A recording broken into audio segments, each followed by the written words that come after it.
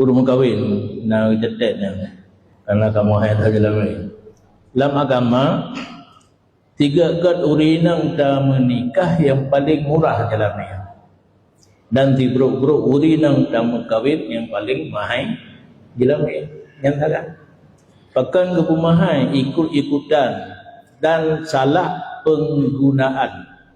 Gilamian anak po kon bertanya wali. Bertanya wali haid tak belau. Mah.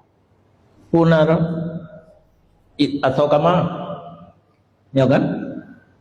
Haid tak belau atau kama kakutan ni. Tak perlu macam kama tu pak ibanya katakan dua pun. Dia lo beradah mahaitan dengan tempat luhro lo. Dia nak berhapi kan luhro pulau. Ku toilet lo. Lemari lo. Baje nak payah lemari tak perlu kawat wet bila geroi nang. Nyo cok jelame ane ja blow atau kama ja blow lemo ja siit nyan mandum dosa nya hanai dinane. Karena menyabat kata nyan yung tubuh jihan. Tablo itu yang lekau, cuma baik kata bahasa, kekun jelame. Maka liwali ke karana juga ke sahabat jelame. Tablo lemon bukauri kan, cetak undangan pra wedding ya. Nah, hinan cukup lu habis peng lau. Waktu nikah na tuh drong ngalindo ka punya pelaminan nikah, bayu tinyan pelaminan no pesta rayu lam kan. Habis peng bina. Jadi munyo pekat. Cuma ilong kaglak ko hanai nang li. Mak sahabat tu pernah jelame piagam nafsu boten. Kan? Be lagi nya. Yang pertama nikah beramai ku masjid ururina mururut nampu.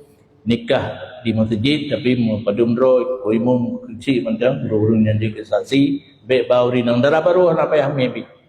Ingat puno.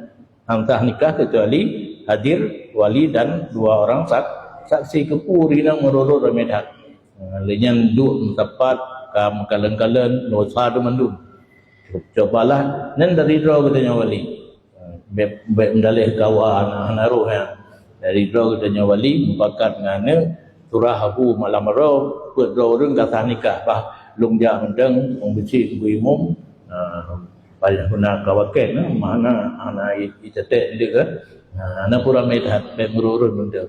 Cuma keadaan nikah dalam masjid tetap hukum Yesu sunat dan halaliu rame-rame. So baca tu ya. Dia tetap di pemerintah karak tinggal jawaban. Dia bukan ada apa hadi tasarruful imam manutun bil maslahah. Kerjanya seorang pemimpin selama ada kemaslahatan untuk rakyat. Efek mahai di lameh hanai kawit. Mencawai macam pre. Dia bawali lagi yang teman.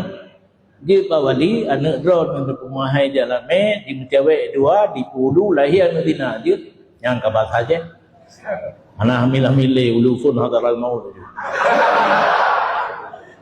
Jadi pemerintah payah keperhatikan dalam halnya dengar MPU kagak berdebit tausiah jelamel limang manyam ia tak pegang padu 15 kata cok baik ke 5 manyam 15 wakaf tu 15 gram